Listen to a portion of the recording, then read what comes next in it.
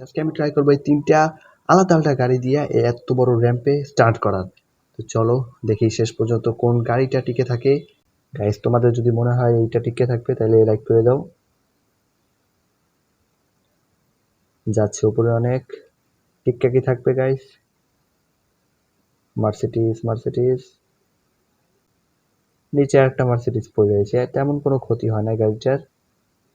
তোমাদের যদি মনে হয় এই গাড়িটা টিকে থাকবে তাহলে সাবস্ক্রাইব করে দাও ভিডিওতে, চ্যানেলটা।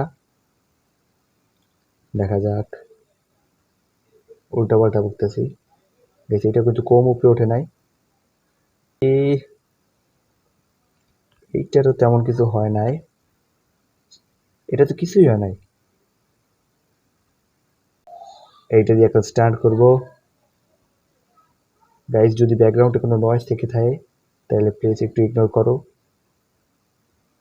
গাইস 100 উঠতেছে উঠতেছে উঠতেছে উঠতেছে, অন্য গাড়িগুলোর তুলনায় অতটা উঠে নাই।